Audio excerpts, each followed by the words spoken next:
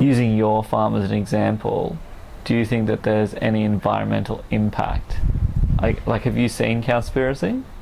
No, just the trailer. Okay, yeah. Sure. So do you see that there is any environmental impact from you raising your animals? Like, do you have a large burden of water usage? No, so in free-range systems like ours, with low densities in particular, no, I don't think there's a negative environmental impact at all. If we thought there was, we'd change something in our system so there wasn't. We don't water use. We have the dams, and the pigs can wallow on the edges of them, and that seems to go pretty well. But we're not pumping water all over the place. We don't have anything to spray down out there because it's not a shed. And we don't have to move effluents around because they're on a paddock and they're fertilizing the paddocks, and that's pretty great. We have like a phosphorus, we're at peak phosphorus, they keep saying, and pig's poo turns out to be really high in phosphorus. So that's great, right? The ecological impact that they like to talk about with cattle in particular is the one they seem to pick on. Like there was the livestock's long shadow report, and it was exclusively about feedlot cattle. Right, that totally has a terrible impact on everything. You concentrate anything. I mean, that's what cancer is. Concentrating things that are otherwise kind of okay out there. Put them in one place and they're not okay. So concentrating animals is just daft. It's really dumb. And we, when we have animals out on the paddocks and just, they're eating the grass and they're shitting on the grass and it grows more grass, where's the negative impact to that? It's kind of how nature functions, right? And even better in models like Joel's, Salatin's, where you have other species coming in and providing other nutrients into the system, into the cycle, and taking other pests out of the cycle with the livestock. And if we take livestock out of agriculture anyway, which they've done, they've separated horticulture and agriculture, right? Or livestock agriculture. And we separated it, and now what do? We fertilize from mining. We use superphosphates.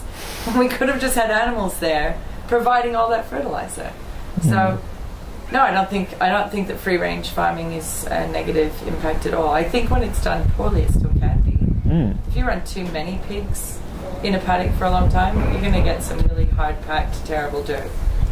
Nothing will grow there after a while. And what do you know about the water cycle and how? Yeah, do you know anything about the water cycle? You mean like overall, like what we learned in primary school, the rain falls and... More so in regards to animal agriculture, how I guess there's some really cool farmers in the northern rivers and they use cattle, high intensity cattle grazing, strip grazing to actually improve the soil quality, but then also increase the humus levels in the soil, and then that holds more water, so it makes the land less makes it more drought resistant and less prone to drought. Yeah, so that's, again, Alan Savory does a lot of that work, and that's what the mob stocking or strip grazing is meant to do. It's meant to be building up those humus levels, exactly that, and then it's way better water retention. There are particular techniques for doing that. I don't think that what we're doing is necessarily achieving that, although it's the sort of thing I guess we're still hoping to learn more about and just make sure whatever we are doing is the most productive for the land. Well, that's why I was saying before, it's like they're sort of doing things differently because they're doing high density stocking levels, and so that's why it's more important, but also they're dealing with they started off with very bad quality soil that had been completely ruined, so they had to start from nothing and then build. Right, and here, having volcanic soils, we don't have that problem. Our soil's great. I guess it means we have to look after our soil. Yeah. If we didn't start with terrible soil, doesn't mean we won't end up with it if we're not careful. Exactly. It's about the constant monitoring of that. Absolutely. The reason why I brought up the thing about the water is because in Cowspiracy they talk about this large amounts of water that raising animals requires, and it's like we live in a closed system. We live on a planet, and it's like water can't get wasted. It can get polluted, but as far as if you understand how the water cycle works, it's not like there's just animals just drain water from the ecosystem and it just disappears. Right. There's no such thing as wasting water. You can 'cause it's a pollute. cycle. Yeah, you can pollute water, but you can also use animals to improve the water cycle. Absolutely. Savory's work in Africa is amazing on that. Yeah.